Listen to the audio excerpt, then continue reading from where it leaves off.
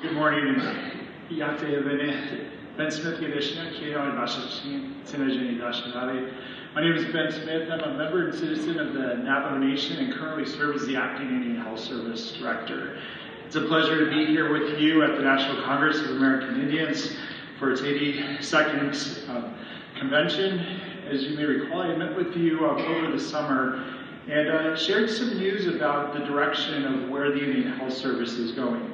You know, it's been over 2 decades since the agency has formally taken a look at its true picture in meeting not only our statutory obligations, but more importantly, our constitutional obligations in our government-to-government relationship with each of the 574 federally recognized tribes. There's a lot that's changed. This year we are celebrating the 50th anniversary of the Indian Self-Determination and Education Assistance Act, this important phase of and chapter of government of Indian self-determination reminds me of some of my mentors that come from the Northwest. Of the 14 tribes that tested demonstration authority of tribal self-governance, 5 of those come from this region, and they are my mentors that led me and helped me to get into the position where I'm at today.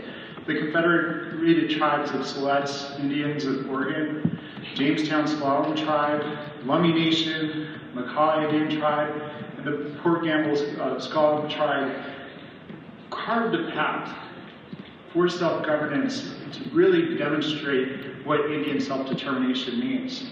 Today, our picture reflects an agency where 62% of our total operations and appropriations are now tribally managed and operated through the Indian Self-Determination Education Assistance Act.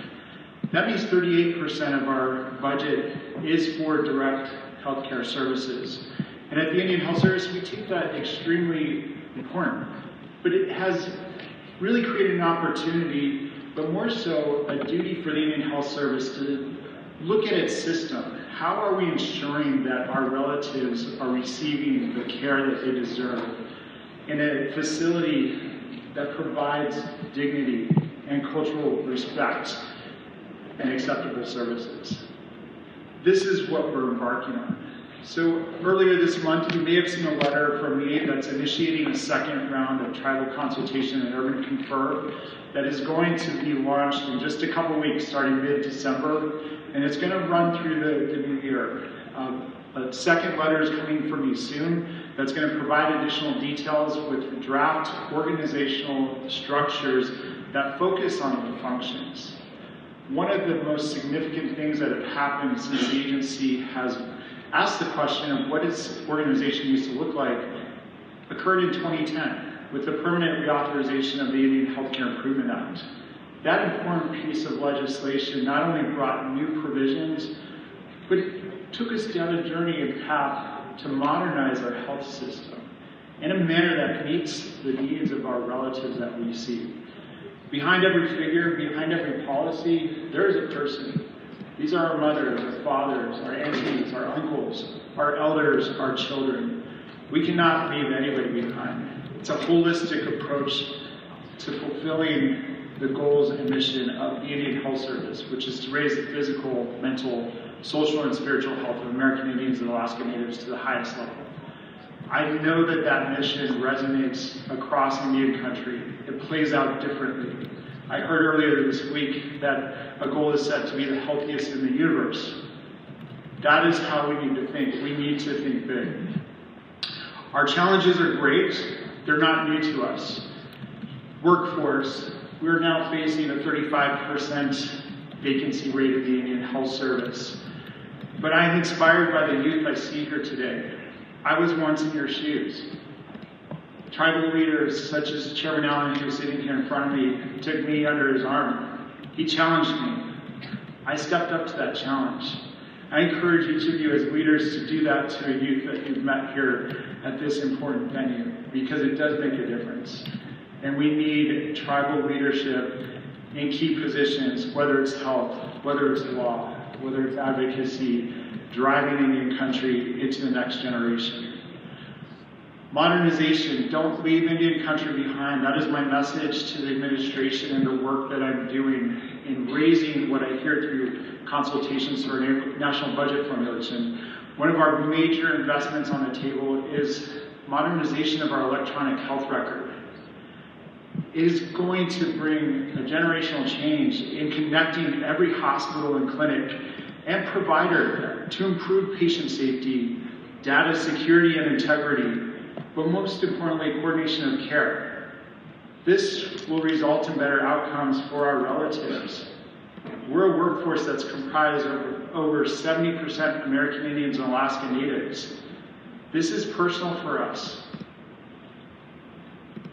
And I need your support, your partnership to help us accomplish this. Our healthcare facilities construction, with an average facility that's 40 years old, that's 4 times the private sector. We need safe, modern spaces that reflect the dignity and culture of the people we serve, and we know that that plays out differently across the country. Just yesterday, I announced some major investments that have come as a result of your advocacy and your voices, that we have been able to work through the Department of Health and Human Services to access a unique fund, the Non-Recurring Expenses Fund. These are expiring funds within the Department of Health and Human Services that we have now been able to bring into our system to bring meaningful change on the horizon. Pueblo Pintado in New Mexico, for example, we have now received enough funding to start completion of the construction of that healthcare facility. That is amazing. The other component to our facilities is quarters. I grew up on the Navajo Nation. I know that housing is limited, especially for providers that want to come work for us.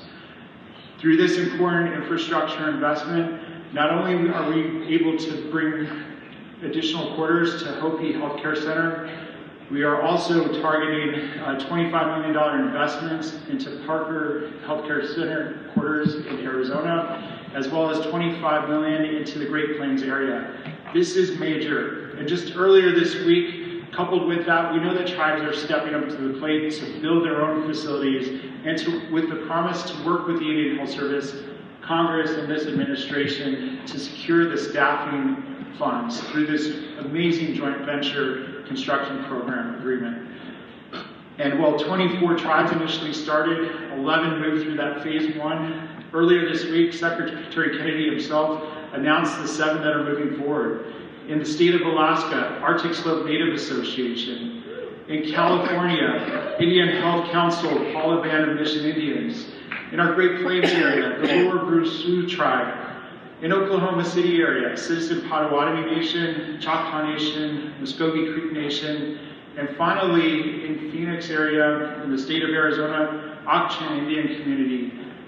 These tribes are stepping up. They're showing that investment must be made. They can't wait for the Indian Health Service to work its way through a construction list that's statutorily locked in, that was developed in 1992 to meet today's health care needs. I'm inviting your innovation, your recommendations. In fact, I have tasked our Facilities Appropriation Advisory Board to bring us strategic recommendations to get us through this healthcare facilities construction list. You heard from Mr. Mark Cruz, Senior Advisor to Secretary Kennedy. This is among the top priorities. This is our time to start working together and find solutions, coupled with the investments around sanitation, clean water. Finally, under this administration, making America healthy again. This is what we have been doing for centuries as Indian peoples. We know that prevention saves lives. We know the sacredness of food, land, nutrition, water. We can find ways to elevate and to bring those examples to the forefront.